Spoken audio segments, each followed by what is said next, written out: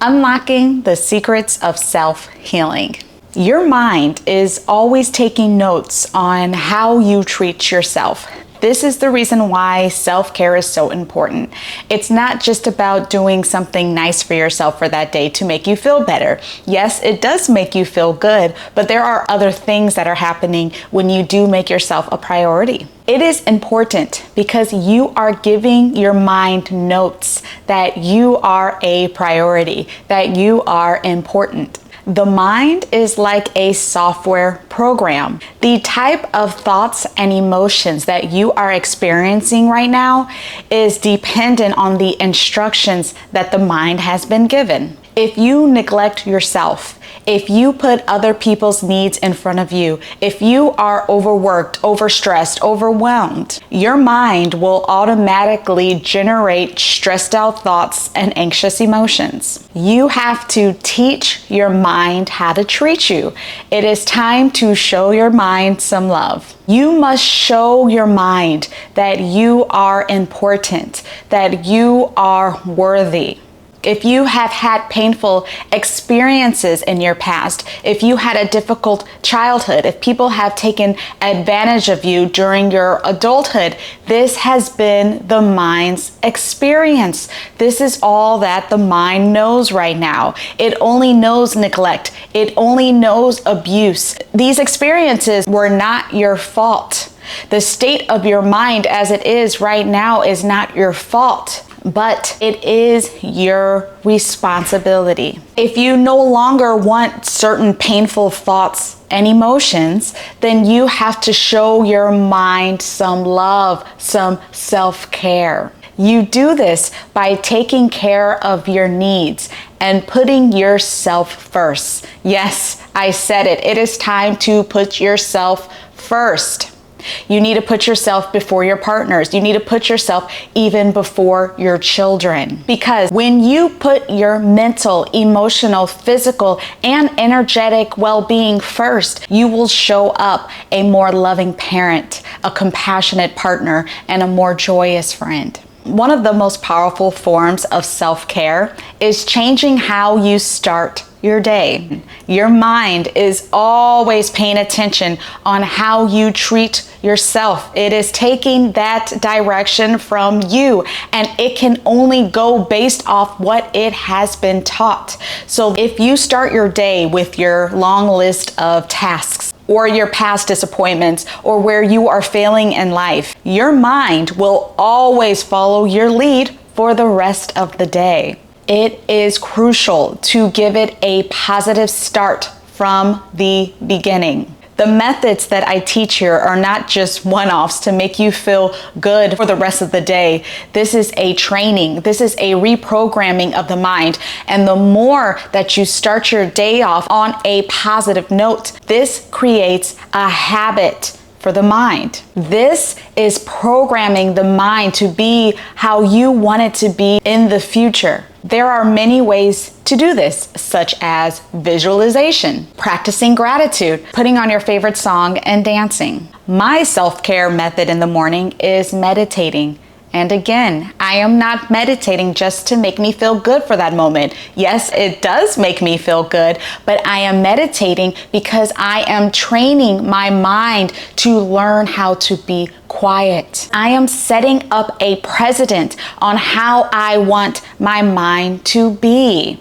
I am practicing how to quiet my mind during meditation. So when those moments in life happen that I do not want, that I do not like, or I do not expect, I will know how to handle those thoughts and emotions that arise. And the more that I practice my meditation, the easier it is for my mind to respond more calm, more loving, more compassionate, and more forgiving when difficult people come into my life. Meditation is a practice. It's not a change you are going to see right away. You have to do this every single day. It's It's just like practicing the piano or practicing basketball. You are only going to become a master at both of those if you do it every day, if you are consistent with it. Meditation is the same way. Reprogramming your mind is the same way.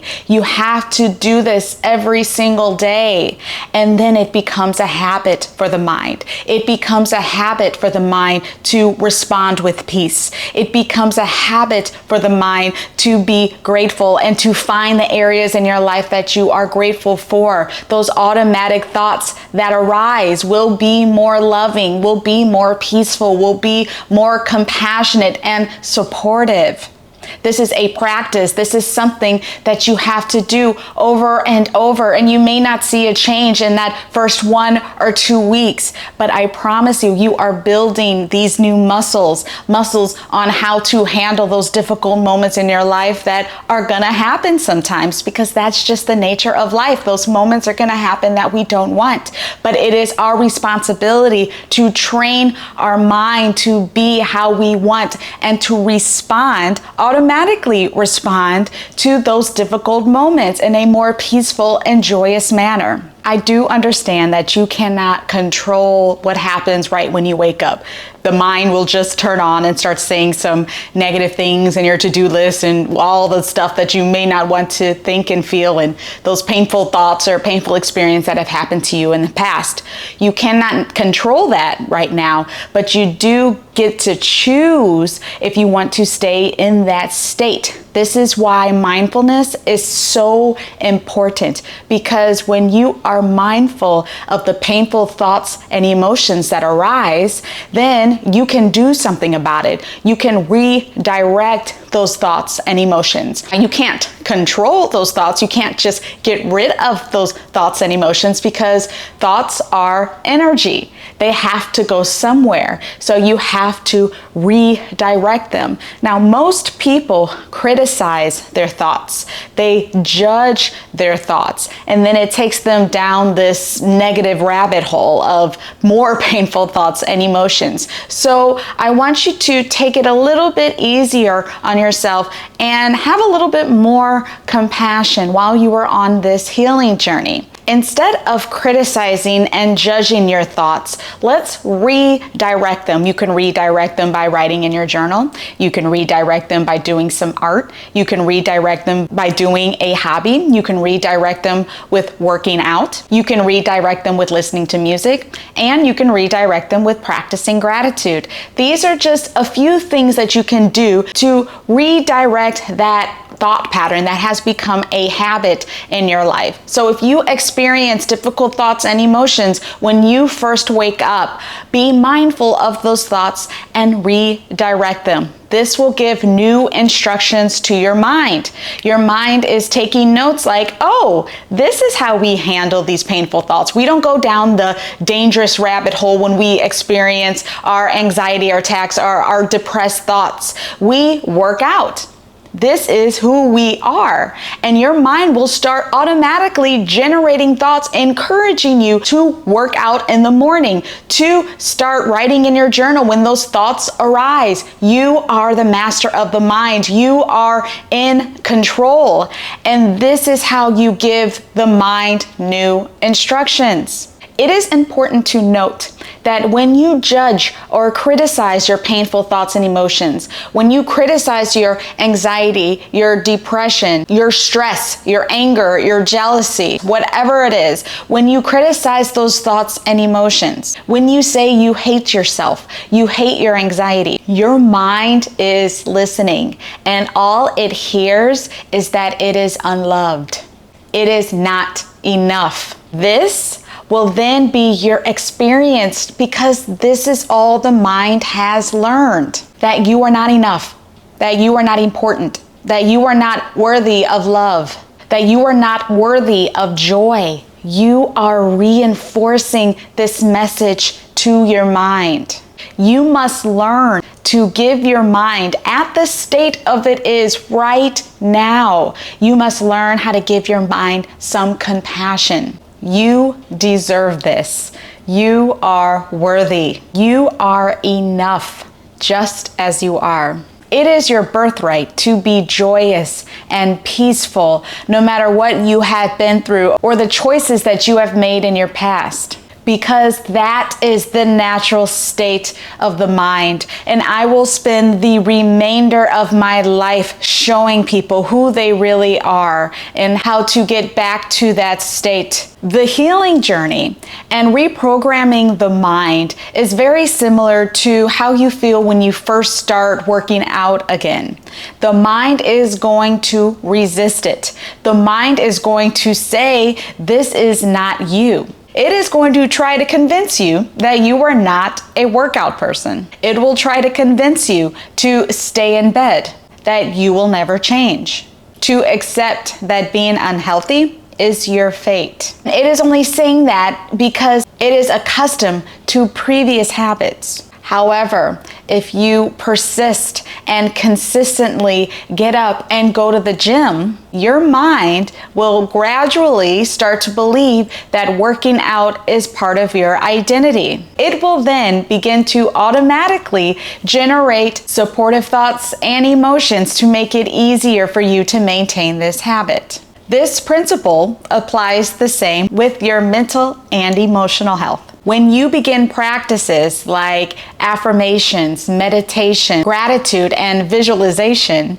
your mind is going to tell you that this is pointless, this is stupid, and this is not working. You will never change. It will tell you that these practices are a waste of time, and it will simultaneously generate thoughts of inadequacy, negativity, and unworthiness. This resistance occurs because your mind is so used to the negative narratives that you've been telling it for so many years. But you can retrain your mind to be more loving, to be more supportive, to be more peaceful and compassionate. You just have to teach it how to do that. You have to teach your mind how to think, and you do that by practicing. Becoming the leader and master of your mind involves directing it towards positivity and self-care.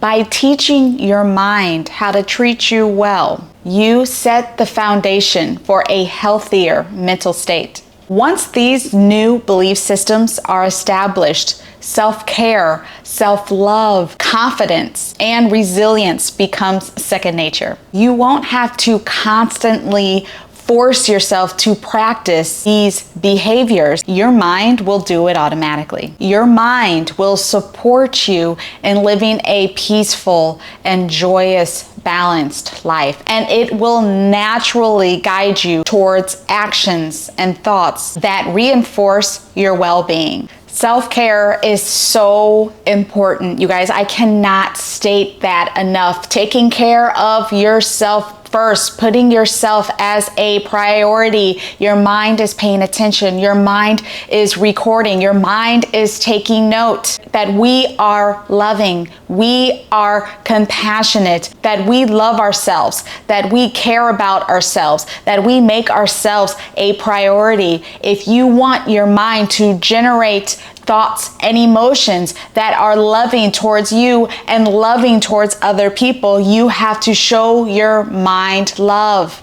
And you do that by taking care of yourself, by putting yourself first. Belief systems are powerful filters in the mind, and they shape your reality. Your mind doesn't like to be wrong. It will do anything and everything to validate the beliefs that you hold within yourself. The thing about belief systems is that the majority of them live in our unconscious mind, so we are not aware that they even exist. You have to look at the painful areas in your life to see where your belief systems are. This is the reason why we don't understand why we see these painful cycles keep happening in our life. Whatever belief systems that you hold within, they will manifest in your life. If you believe that others are always out there to get you, you will always have your guard up and attract situations that reinforce this belief.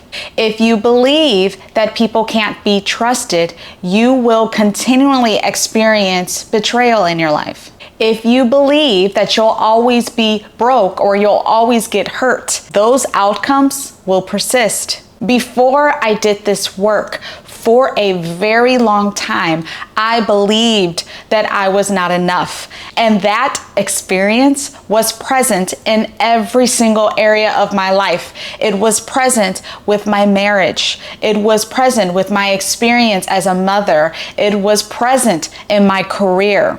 It was everywhere because it was so deeply rooted in my mind. It wasn't until I discovered the belief, weakened it, and created new belief systems that aligned with my highest self that I started to see change happening around me. My entire life transformed. My marriage improved. I started to enjoy motherhood, and my career took off. I had to learn that I was the creator of my life. And this is why I create this content, because I want you to understand that you are the creator of your mind. You are the master of your mind. You can't change anything outside of yourself until you change your inner experience. And if you don't believe this, the cycles in your life are going to continue to happen. If you choose to believe in the power of change, you empower yourself to create the reality that you truly deserve and desire. I hope this information was helpful for you. Please like, subscribe, leave a comment. I look at all of my comments, and I thank you so much for joining in. I'll see you next time. Bye.